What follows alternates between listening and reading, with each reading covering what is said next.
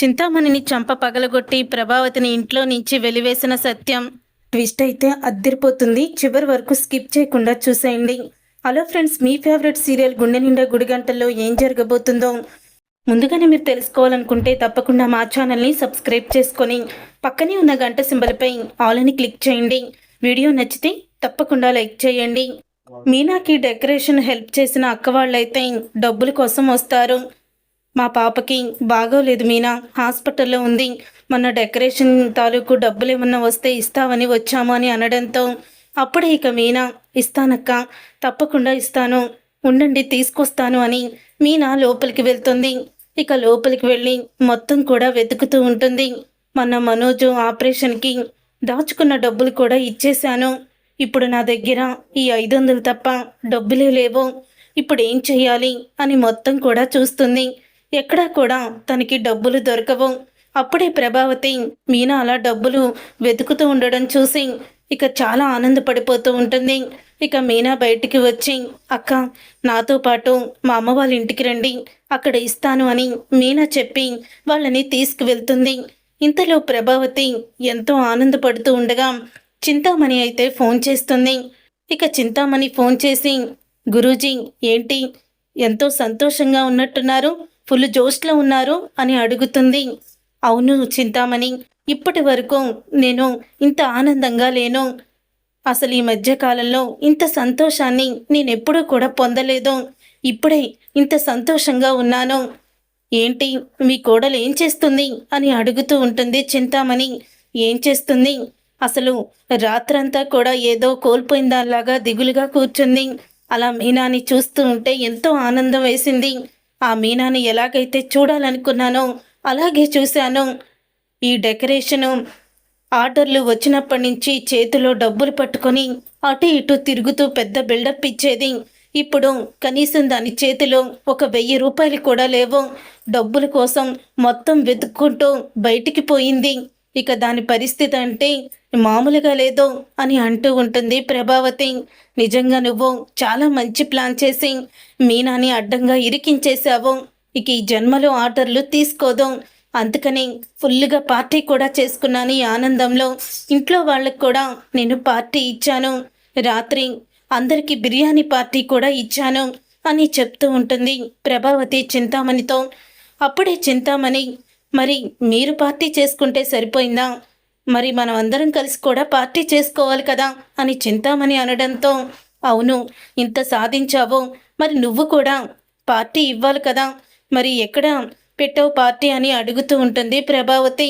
మన డ్యాన్స్ స్కూల్కి వచ్చేయండి గురూజీ, అక్కడ మనం పార్టీ చేసుకుందాము అని చెప్తూ ఉంటుంది చింతామణి. అవునా, ఈ మీనాకి ఎదురు దెబ్బ తగిలిన సంతోషంలో మనం పార్టీ చేసుకుందాము, వచ్చేస్తున్నాను వెంటనే, నాకైతే మామూలు ఆనందం లేదు అని ప్రభావతి ఫోన్లో మాట్లాడుతూ ఉండడం అంతా కూడా వినేస్తాడు సత్యం. ఇదేంటి పార్టీ చేసుకుందాము అని మళ్ళీ పార్టీ కూడా వెతుతుంది. ఎంతో ఆనందంగా ఉన్నాను అంటుంది, పార్టీకి వచ్చేస్తున్నానని చెప్తుంది. అసలు ఎవరితో ఇవన్నీ మాట్లాడుతుంది, ఇప్పుడు తను వెనకాలే వెళ్ళి నిజాలన్నీ కూడా తెలుసుకోవాలి అని అనుకుంటూ ఇక వెనకాలే అయితే ఇక వెళ్తూ ఉంటాడు ప్రభావతిని ఫాలో అవుతూ సత్యం. ఇంతలో చింతామణి స్వీట్స్, బిర్యానీ, ఫ్రూట్స్ అన్నీ కూడా తీసుకొచ్చేస్తుంది కామాక్షి ఇంటికి. అదేంటి మొన్న గురుదక్షిణ ఇచ్చావు కదా, మళ్ళీ ఈ ఐటమ్స్ అన్నీ తీసుకొచ్చావేంటి అని కామాక్షి అడగడంతో అప్పుడే ఆ మాట విని చింతామణి, గురుదక్షిణ ఇచ్చేశాను కానీ ఇప్పుడు ఇక్కడ పార్టీ చేసుకుందామని ఇవన్నీ కూడా తీసుకొచ్చాను అని చింతామణి అయితే చెప్తుంది. ఏంటి పార్టీ చేసుకుందామని తీసుకొచ్చావా, ఇప్పుడు పార్టీకి ఎవరొస్తున్నారు అని అడుగుతూ ఉంటుంది కామాక్షి. నేనే కామాక్షి అని ప్రభావతి అయితే అక్కడికి వస్తుంది. అప్పుడు ఇక ప్రభావతి వచ్చిన తర్వాత, ఏంటదినా ఎందుకు పార్టీ చేసుకుంటున్నారు అని అడుగుతూ ఉంటే, ఎందుకు పార్టీ చేసుకుంటారు కామాక్షి, ఏదైనా మనకి సంతోషకంగా జరిగినప్పుడే కదా పార్టీ చేసుకునేది. నా విషయంలో నేను ఎంతో ఆనందం పొంది ఒక విషయం జరిగింది, నేనైతే చాలా సంతోషంగా ఉన్నాను. ఆ సంతోషానికి కారణం చింతామణియే. ఆ చింతామణి చేసిన పనికి నేను ఇంత సంతోషంగా ఉన్నాను. అందుకే మేమిద్దరం కూడా ఇలాగా పార్టీ చేసుకుందామని అనుకుంటున్నాము అని చెప్తూ ఉంటే, అసలు దేనికి పార్టీ చేసుకుంటున్నారు, మీ ఇద్దరు దేని గురించి ఆనందంగా ఉన్నారు అని కామాక్షి అడుగుతుంది. కామాక్షి, అవన్నీ నీకెందుకు, ఇప్పుడు మనం హ్యాపీగా ఉందామా పార్టీ చేసుకుందామా, అదే ముందు పార్టీ చేసుకుందాం అని అనగానే, అమ్మో చాలా వెరైటీలు తెప్పించావు చింతామణి, నేనైతే బిర్యానీతోనే సరిపెట్టాను, నువ్వు చాలా వెరైటీలు తీసుకొచ్చావే అని అడుగుతూ ఉంటుంది ప్రభావతి. అప్పుడే ఇక ప్రభావతి అలా అడిగిన తర్వాత, కామాక్షి అసలు మీరిద్దరూ ఎందుకు పార్టీ చేసుకుంటున్నారో చెప్పట్లేదు అని కామాక్షి అడుగుతూ ఉంటుంది. గురూజీ, పాపం మీ ఫ్రెండు అసలు మనం పార్టీ ఎందుకు చేసుకుంటున్నామో తెలియక చూడండి ముఖం ఎలా పెట్టుకుందో చెప్పేయండి అని చింతామణి అనడంతో, అప్పుడే ప్రభావతి, మీనాకి 10 లక్షలు ఆర్డర్ వచ్చింది కదా, ఆ 10 లక్షల ఆర్డర్ని చెడగొట్టింది చింతామణి. దాంతో ఇక మీనా అన్నీ కోల్పోయిన దానిలాగా ఇంట్లో దిగులుగా కూర్చుంది. అదే నాకు సంతోషం. చింతామణి మరి ఏం చేసిందో తెలియదు కానీ పూర్తిగా మీనా అసలు ఇక పైకి లేవలేనంతగా అయిపోయింది అని అంటూ ఉంటే, వదినా నీకు అసలు బుద్ధుందా, ఇంటి కోడల్ని ఓడించిన ఆమెతో పార్టీ చేసుకుంటున్నావా అని కామాక్షి అడగడంతో, అది నా కోడలేంటి, అది నాకు శత్రువు అని అంటూ ఉండగానే సత్యం అక్కడికి వస్తాడు. ఇక సత్యం వచ్చి ప్రభావతిని కొట్టబోతూ ఉండగా ఒక్కసారి ప్రభావతి ఏవండి అని అంటూ ఉంటుంది. ఛీ, నువ్వు అసలు ఆడదానివేనా, ఇంటి కోడల్ని ఓడించి పార్టీ చేసుకోమని ఈ దుర్మార్గురాలు పిలిస్తే నువ్వు పార్టీకి వచ్చేసావా, నాకు ఇంటి దగ్గర నువ్వు ఫోన్లో మాట్లాడేటప్పుడే అనుమానం వచ్చింది, అందుకని నిన్ను ఫాలో అవుతూ వచ్చాను. మీనా నీకేం అన్యాయం చేసింది, ఇంట్లో చాకరీ చేస్తూ తన కాళ్ళ మీద కష్టపడి నిలబడాలని తను ఏదో సంపాదించుకుంటే ఇది కూడా ఓర్చుకోలేకపోయావా, నీలాంటి ఆడదాన్ని చూస్తుంటేనే నాకు అసహ్యం వేస్తుంది.